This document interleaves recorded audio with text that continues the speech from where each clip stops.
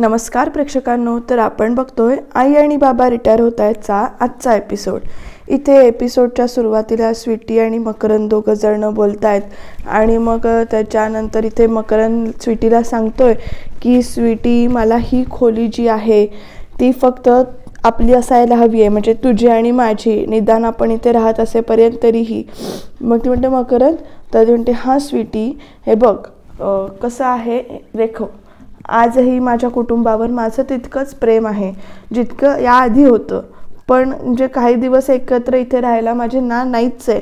इतकंच आहे की त्यांनी त्यांच्या लक्ष्मण रेषा ओलांडू नये असं इथे तो म्हणतो। माझं म्हणणं मी स्पष्टपणे सगळ्यांना सांगितलं आहे आणि त्यामुळे आय होप दॅट की त्यांना ते समजलं असेल असं म्हणून तो इथे म्हणतो आहे। आणि स्वीटी विचारात पडली आता। तर इकडे सीमा आहे, ती मकरंदचं इथे कौतुक करते। बघा सीमा काय म्हणते बघूया। तर ती म्हणते चला, एक तरी प्रॅक्टिकल माणूस आहे या घरात, नाहीतर सगळे इमोशनल घोळच आहे असं ती इथे म्हणते। आणि मग समीर असा म्हणजे एकदम रूममध्ये जातो, म्हणजे बेडवर बसतो। तुला काय म्हणायचं आहे का असं विचारतो। मग तो म्हणतो अरे मग असं मला म्हणायचं आहे की या घरात प्रायव्हसीचं महत्त्व कोणाला तरी समजतंय। आता मग हा मक्या पण ना अति करतो जरा कधी कधी। अति काय त्यात, हे बघ बरोबर केलंय त्याने असं सीमा म्हणते। वेळीच आपल्या बाउंड्रीज त्याने क्लिअर करून ठेवलेले आहेत आणि ती अशी गप्प म्हणजे आपलं जे काही काम आहे ना ते करायला लागते। ती फ्लॅटचे वगैरे फोटो बघते बरं का, म्हणजे लॅपटॉपवर असे। आणि मग त्याच्यानंतर समीरला म्हणजे शंका येते, त्यामुळे त्याच्यात काय बघतेस तू। मग त्याच्यात नुसतं बघते, तेवढंच आपल्या डोळ्यांना सुख, म्हणजे हे बघ। मग ते आता पुढे काय स्टोरी सांगते बघा। म्हणजे हे बघ, माझे एक काका होते, त्यांना ना ॲसिडिटीचा खूप त्रास व्हायचा। जरा काही चमचमीत तिखट खाल्लं की लगेच त्यांना म्हणजे तब्येत बिघडायची त्यांची। इतकं पथ्य की शेवटी त्यांना फक्त पालापाचोळा खायला लागला। मग म्हणते काहीतरीच काय, मग म्हणते अरे खरंच, हे बघ। पण त्यांनी ना त्यावर उपाय शोधला। ते काय करायचे माहिती आहे, त्यांनी ना रेसिपीचं पुस्तक आणलं। रोज ते पुस्तक आणायचे, वाचायचे रेसिपीचं, कधी व्हेज कधी नॉन व्हेज, कधी चटकदार कधी मसालेदार रेसिपीज, आणि विथ कलरफुल फोटोज। तेवढंच आपल्या मनाचं समाधान, मस्त वेळ जायचा त्यांचा। मग या सगळ्याचा काय संबंध आहे, संबंध आहे समीर, हे बघ मी पण तेच करतेय। मला माहिती आहे की आपण इतक्यात काही हे घर सोडून आपण कुठेही जाणार नाही, आपल्याला ते जमणार नाही। म्हणून तर मी अशा हाऊसिंग स्कीमचा फ्लॅटचे फोटोज हे बघते फक्त, म्हणजे त्याच्यावर लक्ष घालते, तिथल्या ॲम्युनिटीजबद्दल वाचते। त्याचाही तुला प्रॉब्लेम आहे। मग तो असा म्हणजे काही बोलतच नाही त्याच्यावर। आणि तो काय बोलणार, सीमा अशी वेगळीच विचित्र वागते आणि तो निघून जातो। आणि मग सीमा मस्तपैकी लॅपटॉप परत ओपन करते आणि मग ते फ्लॅटचे जे काही फोटोज आहेत ते इथे बघायला चालू करते आणि खुश होते ती आपल्यामध्येच। तर अशा पद्धतीने आता दुसऱ्या दिवशीची सकाळ उजाडली आहे। नाना, बरोबर सुचवलंस तू असं इथे बाबा म्हणतात। मला हे सुचलं नसतं ना। मग ते म्हणतात अरे सुचवायला रोज भेटायला लागतं, अरे वेळेवर येत जा ना वॉकला, 4 मिनटं चालल्यावर तुला धाप लागली आहे, जरा पोट बघ काय झालंय तुझं असं म्हणून नाना सांगत असतात बाबांना। मग बाबा शुभा, मग अरे वा आलात वॉकवरनं, कसा झाला, कसे आहात नाना, काय म्हणताय, बरं आहे असं इथे बोलणं चालू आहे। मग नाना बघ काय म्हणतोय, वहिनी हे तुम्ही मकरंदच्या लग्नासाठी हॉल शोधताय ना। तर हो ना हो, पण मला कळतच नाही आहे, म्हणजे मिळत नाही आहे हवा तसा, आणि हवा त्या तारखेला सुद्धा मिळत नाही आहे। मग इकडे आता काय करायचं, हॉल ना खूप आधी बुक करायला लागतो ना, आमची घाईघाई झाली हो सगळी। म्हणजे सगळ्यांनी इतका प्रयत्न केला, समीरनं पण इतका प्रयत्न केला इंटरनेटवरती, पण मिळतच नाही आहे। मग ते म्हणतात मी काय म्हणतो वहिनी, मग तुम्ही आपल्या सोसायटीचा हॉल का नाही बघत। सोसायटीचा हॉल म्हणजे एकतर घराजवळचा आहे, सोयीचा आहे, आणि शिवाय आपल्याला पुरेल असाच आहे। उगाच म्हणजे आवाडव्या हॉल बुक करून त्याचे भरमसाठ भाडी भरण्यापेक्षा आपल्या सोसायटीचा हॉल उपयोगाचा आहे। अहो खरंच की नाही, म्हणजे माझ्या लक्षातच नाही आलं हे। अहो पण भेटला तर बोलणं होतं, बोलल्या तर 4 गोष्टी सांगता येतात, पण हा काही वॉकला येतच नाही, आज वॉकला आला म्हणून झालं असं तर नाना सांगतात। आणि मग ते हो रे असं म्हणतात, पण एक प्रॉब्लेम आहे असं सांगतात बरं का पुढे। आणि मग त्याच्यानंतर आई म्हणतात अगदी खरं आहे, पण तुम्ही खूप माझा मोठा प्रश्न सोडवलात, नाही तर कसं झालं असतं, काखेत कळसा आणि गावाला वळसा असं झालं असतं। पण ते कसे म्हणतात नाना, पण एक अडचण अशी आहे, कारण त्याच दिवशी गाफील देऊन चालणार नाही आपल्याला, कारण त्याच दिवशी दळवींच्या घरामध्ये ना त्याच दिवशी कार्य आहे। जर ते आधी गेले ना तर त्यांना आधी हॉल मिळेल।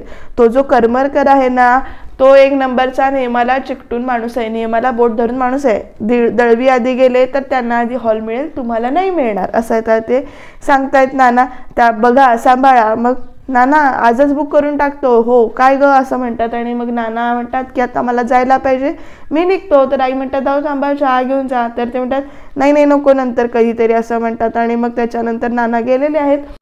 शुभा सगळं आटपलं ना की आधी जाऊन हॉल बुक करून येऊ असं बाबा इथे सांगतात आईला. आणि तेवढ्यात ना बाबांचा फोन वाजतोय. बाबांना ना छोट्या साहेबांनी इथे फोन केला होता, म्हणजे त्यांच्या ऑफिसमधून फोन आलाय बरं का. त्यामुळे बाबा म्हणतात बघूया आता ते छोटे साहेब काय म्हणतायत ते. आई म्हणतात बघा ना काहीतरी महत्त्वाचं असेल, घ्या फोन उचला. मग ते म्हणतात हॅलो. मग ते म्हणतात हॅलो यशवंत अंकल कसे आहात, आठवण आहे ना आमची. अहो म्हणजे काय साहेब. मग ते म्हणतात का अंकल एक रिक्वेस्ट होती तुम्हाला. मग म्हणतात बोला ना काय काय झालंय.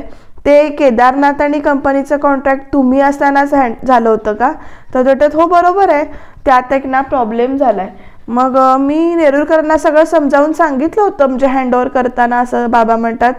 मग ते म्हणतात की हो yes yes yes I am sure uncle, पण काय आहे ना तरी तुम्ही येऊ शकाल का. नाही ते कन्फ्यूज झालेत, म्हणजे मी पण कन्फ्यूज झाले. मी येऊ बाबा विचारतात तिथे. हो प्लीज अंकल या ना. अहो मी तुमच्यासाठी कार पाठवतो, तुम्ही प्लीज या. ऑफकोर्स म्हणजे तुम्हाला कंपनीकडून त्याचा अलाउन्स मिळेलच, पण हे काम ना जरा खूप इम्पॉर्टंट आहे. तुम्ही आज जेवढं लवकर याल ना तेवढं चांगलं आहे. आज तर हो आय एम रिअली सॉरी, मी तुम्हाला आज आयत्या रिक्वेस्ट केली, पण we really need you here असं ते बाबांना सांगतायत. मग ते म्हणतात बरं ठीक आहे मी येतो, म्हणजे रिटायर झालो तरी कंपनी आपलीच आहे ना, त्यामुळे मी येतो. मग ते म्हणतात थँक्यू सो मच अंकल. मग मी तासाभरात गाडी पाठवू. गाडी कशाला, गाडीची काही गरज नाही आहे. पण ते म्हणतात नाही अंकल तुम्हाला आता तुमच्या घराबाहेर 11 वाजेपर्यंत गाडी आलेली असेल, पण thank you so much one second असं ते म्हणतात. आणि इकडे आता बाबा खुश झालेत. मग आई म्हणतात आज काय गाडी येणार आहे तुमच्यासाठी दारात. मग इथे बाबा असतात चला पटकन आवरून छान तयार व्हा आणि निघा असं. बाबा म्हणतात अगं पण त्या हॉल बुकिंगचं काय करायचं. मग काय म्हणतात तुम्ही काही काळजी करू नका, मी समीरला घेऊन जाईन आणि बुक करून टाकेन, तुम्ही आवरून या, नाश्ता तयारच आहे, मी देते तुम्हाला असं आता आईनं इथे बाबांना सांगितलेलं आहे. आणि आई इथे छान अशी तुळशीची पूजा करतात. छान प्रसन्न वाटते असं तुळशीला बघून. ते असे छान हळदी कुंकू घालतात, मग दिवा ओवाळतात, तुळशीची पूजा करताना बघून असं मस्त वाटतंय. त्यामुळे मन फ्रेश झालंय आपलं. पण तुम्हाला सुद्धा असं बरं वाटतं ना तुळशीची पूजा केल्यावर, ते कमेंटमध्ये नक्की सांगा बरं का. तर इकडे आई आतमध्ये जात असतात आरतीची थाळी वगैरे घेऊन, आणि तोपर्यंत स्वीटीची आणि त्यांची धडक होते. अगं म्हणतात अगं क्या कर रही है, पीछे क्या लपव रही है, दाखव दाखव दाखव मला. मग ते म्हणते की वो किताब है मैंने मकरन से कहकर मंगवाई थी. अच्छा किताब, वाचने को अच्छा लगता है तुझको, बघू कुठलं किताब, अगं दाखव तरी मला. मग आई ते पुस्तक येतात आणि लर्न मराठी इन 21 days असं इथे त्या असतात. तू मराठी शिकेगी असं म्हणून आई विचारतात स्वीटीला. तर स्वीटी म्हणते की हो जी अच्छा. मग सच को मैं आपको सरप्राइज देने वाली थी असं म्हणून सांगतात. मैंने सीखने की कोशिश भी की लेकिन बहुत डिफिकल्ट है. मग म्हणतात अरे ऐसा पुस्तक वाच के कोई मराठी शिकता है क्या, डिफिकल्टच आहे ना असं म्हणतात. मराठी कशी तोंडात खेळली पाहिजे. मग खेळी म्हणजे तोंडात रुळली पाहिजे असं त्या म्हणतात. ये आपका ळ आहे ना, ळ वही बहुत डिफिकल्ट है, मुझे जमता ही नहीं है वो.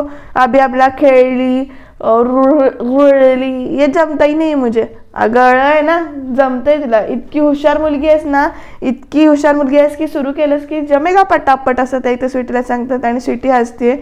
आप सिखाइए मुझे असं ती विचारते. मी प्लीज आप सिखाओगे ना तो मुझे कोई टेंशन भी नहीं रहेगी और मैं यूँ शिक जाओगे असं त्या म्हणतात.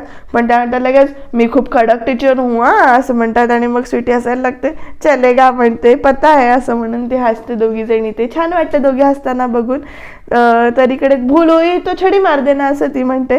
लेकिन मुझे जल्द से जल्द इस मराठी घर की मराठी बहू बनना है असं इथे सांगते. एक मिनिट हा. मग ती खुर्ची इथे बाजूला करते आणि मग त्याच्यानंतर त्या खुर्चीवर ना इथे आईला बसवते आणि ये यहाँ दीजिए असं म्हणून हातातली थाळी ठेवते आणि म्हणते आप ना यहाँ बैठी असं म्हणून सांगते आणि त्या खुर्चीवर बसवते बरं का स्वीटी आईला. आणि मग काय करते प्रेक्षकांना बघूया आपण पुढे. तर स्वीटी आईला खुर्चीत बसवते आणि तिचा असं की पाया पडते म्हणजे नमस्कार करते आणि म्हणते आज से आप मेरी गुरु और अपनी मराठी ट्यूशन शुरू, म्हणजे अपनी मराठी ट्यूशन सुरू आज. मग मराठी तर शिकवेन मी तुला, पण मला हिंदी कुठे येते असं म्हणून त्या विचारतात. मग स्वीटी ते म्हणते अच्छा अब समजी असं म्हणून मी आजपासून मराठी तो म्हणजे शिकणार मी असं काहीतरी ती म्हणजे बोलायचा प्रयत्न करते. मग काही म्हणतात आजपासून मराठीची शिकवणी सुरू, आजपासून मराठीची शिकवणी सुरू, बरोबर असं म्हणतात आणि हसतात दोघी जणी. मग आई तिला वरती उठून बसवतात टेबल म्हणजे खुर्चीवर आणि आता आपण सुरू करूया, गणरायाची पूजा करूया, गम बन पाठ शिकूया. मग स्वीटी परत तेच म्हणते गणराया म्हणजे गणपती बाप्पा बरोबर, हां गणरायाची पूजा करूया, गणरायाची पूजा करूया, गम बन पाठ शिकूया, गम बन पाठ शिकूया, शाबास. ग येतो रे गवतात, गवतात म्हणजे गवत बाहेर हिरवं हिरवं असतं ना. मग स्वीटी म्हणते ग्रास, हा ग येतो रे गवतात, ग येतो रे गळूत, ग येतो रे गळूत असं म्हणून दोघी ते म्हणतात. मग आई तिला म्हणतात की शाबास आणि दोघी ते हसतायत बरं का. छान वाटतंय दोघांना बघून. तोपर्यंत समीर म्हणतो सीमाला की तुला वेळ आहे ना, तर मी पटकन आंघोळ करून तयार होतो. मग सीमा म्हणते अरे तुला उशिरा जायचं होतं, आता कसली घाई आहे. मग समीर म्हणतो पुढे आता मध्ये उशिराच जायचंय मला, पण मी जरा आई बरोबर जाऊन येतो. एक मिनिट थांब, आई कुठे निघालेत आता? ते सोसायटीचा हॉल बुक करायचा आहे ना मकरंदच्या लग्नासाठी. मग तू कशाला चाललायस? मला असं नाही, आई आणि बाबा जाणारच होते ग बुकिंगला, पण बाबांना अचानक ना बॉसने बोलवून घेतले त्यांच्या ऑफिसमध्ये. पण मग मी म्हटलं की मी आहे ना आपण जाऊया. मग ते बाबांना ऑफिसला बोलवलंय? तर हो, म्हणजे तू काळजी करू नको, त्यांच्या बॉसने गाडी वगैरे पाठवली व्यवस्थित. अच्छा, म्हणजे बाबा रिटायर झालेत तरी त्यांना गाडीत बसून ऑफिसला जायची घाई आहे आणि तू कामधंदे सोडून बसलायस त्यांची कामं करायला असं ती म्हणते. आणि मग नाही तसं नाही आहे, मी लेटच जाणार आहे ऑफिसला, बाबांना वेळ म्हणजे मला वेळ आहे, मोकळा आहे म्हणून चाललोय मी. तर ते म्हणते काही गरज नाही आहे जायची असं आता सीमाने सांगितले बरं का. आणि समीर 2 मिनिटं उभाच राहिलाय आणि मग तिच्याकडे बघतोय असं आणि ते म्हणते पुढे सीमा की काही गरज नाही आहे जायची. तो म्हणतो म्हणजे हे बघ आपण किती बिझी आहोत हे दाखवून देणं तुला सोडून ना सगळ्यांना चांगलंच जमतं. अरे जरा तरी स्वतःची आब राखायला शिक. लग्न मकरंद आणि स्वीटीच आहे, धावून तुला मदत करायची काही गरज नाही असं त्या सीमा सांगते. या घरात सतत तुझा अपमान होतो त्याचं तुला काहीच वाटत नाही का रे? आता कसला अपमान होतोय देव जाणे. आणि मग ते दोघं करून सरून नामानिराळे, पण कानफाटीत खायला तू पुढे. मग समीर इथे तिला म्हणतो अगं झालं ना, ते झालं विसरून जाते, किती परत तेच कशाला उकरून काढायचंय ते. स्वीटीने सुद्धा माफी मागितलीये, मी ही गोष्ट कधीच विसरणार नाही आहे समीर. घरचं लग्न आहे ग सीमा, तुझ्या घरचं असेल असं ती एकदम म्हणते बरं का. आणि समीर तिच्याकडे बघत जातो, पण माझ्या आईला साधं आमंत्रणही नाहीये. मग समीर म्हणतो हे बघ मिसकम्युनिकेशन झालंय, आई फोन करणार आहे तुझ्या आईला, मी जातो असं म्हणून तो जात असतो. तोपर्यंत तिला असं अडवून धरते सीमा आणि म्हणते उगाच कशाला नाटकं, हे लग्न तुला अजूनही तुझ्या घरचं वाटत असेल ना तर तुझं तू बघ, हॉल बुक करायला जा, लग्नाचं शॉपिंग करायला जा, एवढंच नाही पंक्तीत जिलब्या वाढायला सुद्धा जा, वरातीत नाचायला जा, पण हे सगळं बघायला मी इथे थांबायची माझी मुळीच इच्छा नाही असं ती इथे म्हणते. आणि समीर बघतोय तिच्याकडे, म्हणजे तू काय करणार आहेस हे सगळं ठरवताना आपल्याला त्यांनी काही विचारलं ना कोणी सांगितलं, त्यामुळे आपण या लग्नात माझा कुठलाही सहभाग नसेल असं ती म्हणते. आणि हे नक्की आहे, आणि जर का तू या सगळ्या तयारीमध्ये पुढे करून स्वतःचा अपमान करून घेणार असेल तर सरळ मी आईकडे निघून जाईन असं ती सांगते बरं का. आणि समीर म्हणतो अगं सीमा घरचं लग्न आहे आणि तू आईकडं, घरातलं लग्न असताना तू आईकडे जाणार आहेस असं तो विचारतो. हो मी जाणार आहे, माझा डिसिजन पक्का आहे, आता तुला तुझा डिसिजन घ्यायचा आहे असं ती सीमा समीरला सांगते. आणि समीर 2 मिनिटं विचार करत राहतोय आणि सीमा रागाने पाठीमागे वळते आणि आपले कपडे घेते आणि तयार व्हायला म्हणजे आंघोळीला वगैरे इकडे निघून जाते. आणि समीर 2 मिनिटं विचार करतच उभा आहे की आता नेमकं करायचं काय. या सीमाचं वागणं कसं दाखवलंय ना प्रेक्षकांनो, काय आता त्याच्या डोक्यात कधी प्रकाश पडेल बघत राहूया आपण. त्याच्यासाठी तुम्ही चॅनलला सबस्क्राईब करून ठेवा बरं का.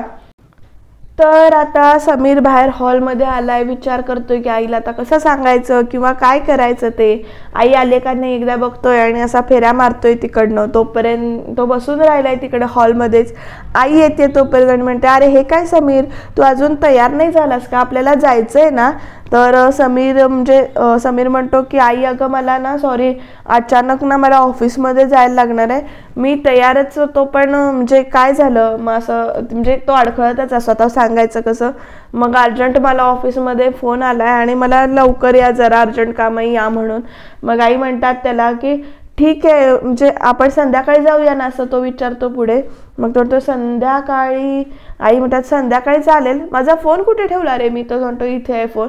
आणि संध्याकाळी म्हणजे काय आहे ना की आता दळवीच्या घरी पण कार्य आहे ना, मग त्यांनी जर आधी हॉल बुक केला तर आपल्या हातचा हॉल जाईल ना, म्हणून आत्ता जायला पाहिजे. मग तो म्हणतो बरोबर आहे आई, पण मला जायला पाहिजे, मला आज जमणारच नाहीये ग. मग आता आई म्हणते की मग आता ठीक आहे, हरकत नाही, मी जाईन, मग नको काळजी करूस तू, असं त्या म्हणतात. आणि मग मी ना सुमनला फोन करते आणि तिला बोलवून घेते. मग सुमन मावशी का, अरे तिला घेऊन जाते ना बरोबर, म्हणजे तसंही एकटीला जायला काय हरकत नाहीये, पण बरोबर कोण असलं हॉल बुक करताना, काही विचारायचं राहून गेलं माझ्याकडून, काही चौकशी करायची राहून गेली तर ती असेल ना सोबत, ती आठवण करून देईल मला, म्हणून कोणी असलं तर बरोबर असलं तर बरं पडेल.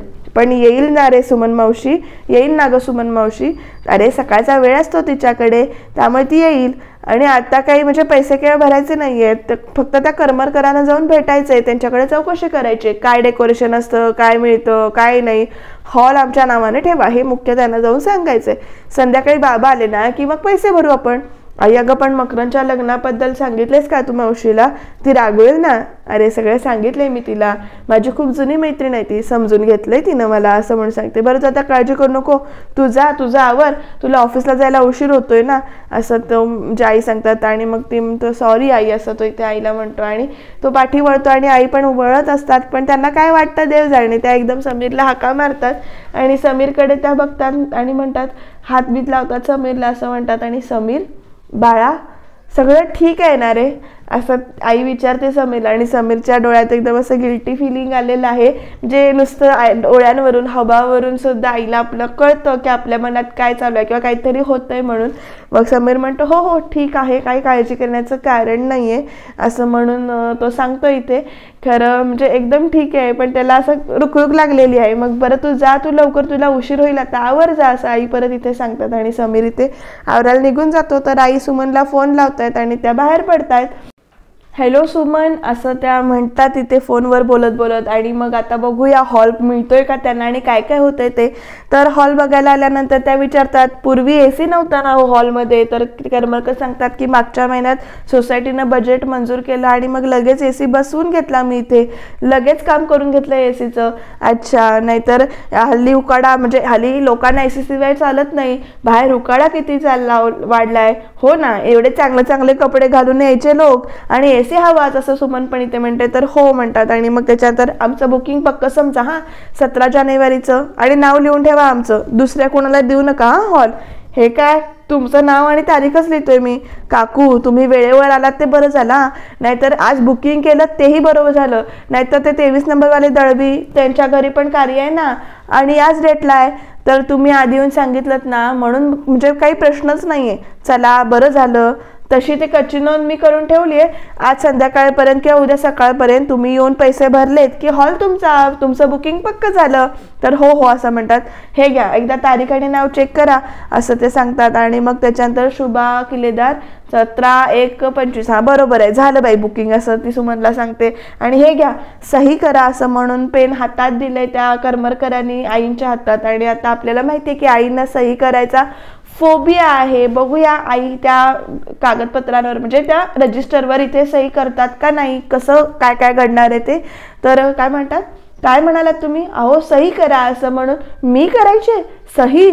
तर आई घाबरल्यात, हे कच्चं बुकिंग आहे, एकदा का तुम्ही पैसे भरलेत की बुकिंग पक्क करून मी तुम्हाला रिसीट देईन, असं तो कर्मकर सांगतो. घ्या करा सही, असं म्हणून पेन हातात देतोय.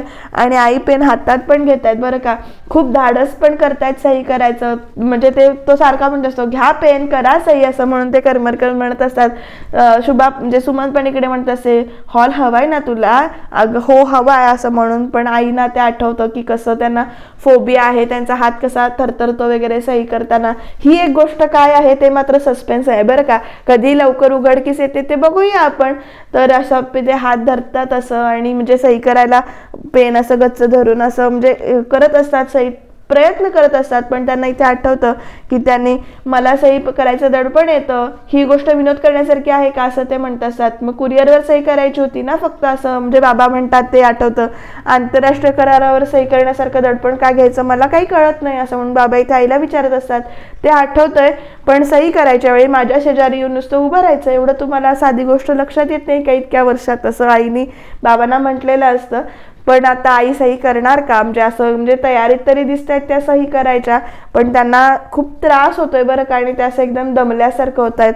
सुमन पण विचारते काय गो शुभा, तुला काही त्रास होतोय का, तुला सही कर म्हणजे हॉल हवाय ना तुला, मग कर ना सही असं म्हणून सुमन पण इथे सांगते. मग आई हो हो इथे म्हणते. आणि मग त्याच्यानंतर इकडे करमरकर शुभा म्हणजे करमरकर आणि सुमन दोघी जण इथं काहीतरी बोलतायत आणि सही करा असं सगळेजण सांगतायत. त्यामुळे आई अशी एकदम डिस्टर्ब झाली.